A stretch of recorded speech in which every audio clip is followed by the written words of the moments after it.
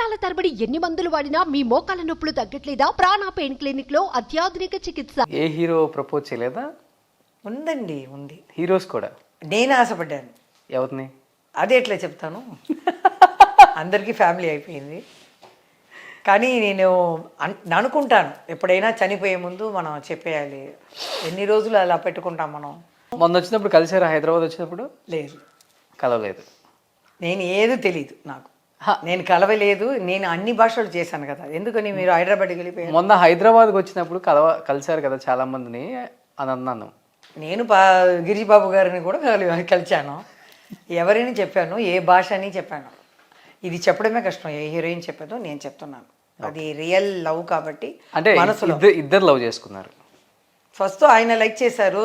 ఆ టైంలో నేను కూడా తెలియదు కదా, అప్పుడు మనసులో పెట్టుకున్నాను. టైమింగ్ లేదు, నేను బిజీ. ఓకే, చెప్పాలనుకున్నా నాకు గొంతు రాలే. బట్ ఆయన చెప్పారు.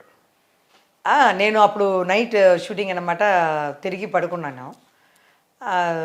అలా వర్ణించి అలా వెళ్ళిపోయారు అనమాట.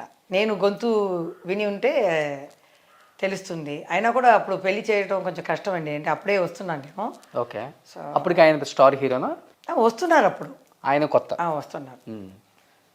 కానీ ఒకరి మాట చాలా నేను ప్రేమించలేదు. చాలా పెళ్లి వరకు వెళ్ళిపోయారు. జైన్ అని సూపర్ స్టార్ అనమాట, ఇప్పుడు లేదు ఆయన. 80లో మా అక్కయ్యకి ఇంటిలో పంపించారు. 45 కిలోమీటర్స్ కాంచీపురం వెళ్ళి, అక్కడ వెళ్ళి ఆ అక్కని తీసుకొచ్చి, ఇలా నేను జయాన్ని ప్రేమించుకుంటాను.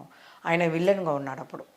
ఆ పిక్చర్ నేను ఫస్ట్ టైం చేసేటప్పుడు నా అలవాటు అన్నీ చూసి పెళ్లి చేసుకోవాలని అమ్మ దగ్గర అడగకుండా అక్కకి చెప్పి, ఇల్లు కూడా పామూరు ఎదురుగా ఇల్లు కూడా చూపించారు. ఇది కొనేసి నేను జయ పెళ్లి చేసుకుని ఇక్కడ ఉంటామని. ఆయన మిలిటరీలో ఉన్నవాళ్ళు, ఇలాంటి అమ్మాయిలకి ఇవ్వాలి అని ఆయనగా ఉంటుంది. ప్లస్ నాతో నన్ను చూసి కూడా ఈ అమ్మాయి బాగుంది, అలవాటు బాగుందని అలా చేశారు. మాకేమో ఒకసారి ఆయనతో వీజీపీలో షూటింగ్ ఉన్నప్పుడు మేనేజర్ వచ్చి చెప్పారు, మీరు ఫోన్ చేయవద్దమ్మా, జైన్ గారు వస్తున్నారు, ఏదో పార్టీ అరేంజ్ చేశారు.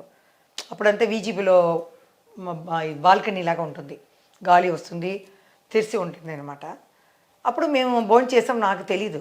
చేసేసి నేను టచ్కి వెళ్ళిపోతాను.